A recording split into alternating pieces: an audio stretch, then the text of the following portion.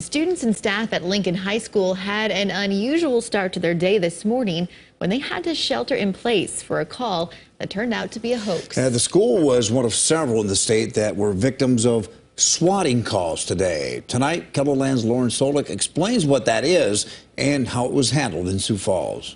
This was the scene at Lincoln High School after Sioux Falls police received a call about something no student, teacher, or parent wants to be reality: an active shooter. The response was immediate and en masse. We had a lot of officers from the police department, deputies from the Minnehaha County Sheriff's Office. I did hear of at least a couple of different federal law enforcement agents that were heading to that area as well. The school resource officer at Lincoln also heard the call and immediately began investigating.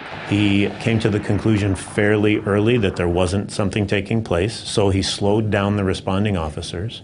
When they did arrive, the building was sheltered in place so that the students were safe. The officers cleared the building out of an abundance of safety and moved forward from there. It turns out the call was all a hoax or a swatting. There's different things that happen with swatting, but essentially what that is people that are making fake phone calls and in order to have a large police response or a SWAT team respond. David Osterquist, the security coordinator for the Sioux Falls School District, says this swatting of schools has been on their radar. I have regular meetings with the SRO supervisors, and we talk about trends. We talk about things that could be happening locally or even nationally.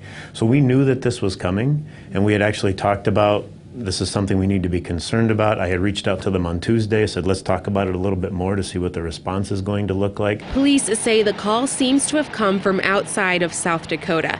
As for repercussions for the caller, that remains to be determined. That's the first hurdle, is trying to identify the person that called it in. After we've identified them, then we can start to maybe look at what, if any, charges would be appropriate. In Sioux Falls, Lauren Solik, KELOLAND News. Sioux Falls wasn't the only community in South Dakota targeted. There were false reports in a handful of districts, including Rapid City, Brookings, and Mitchell.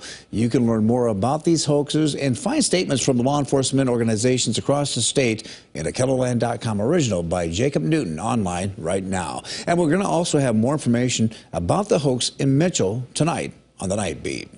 One person is in police custody after leading authorities on a chase through Sioux Falls involving at least 2 collisions with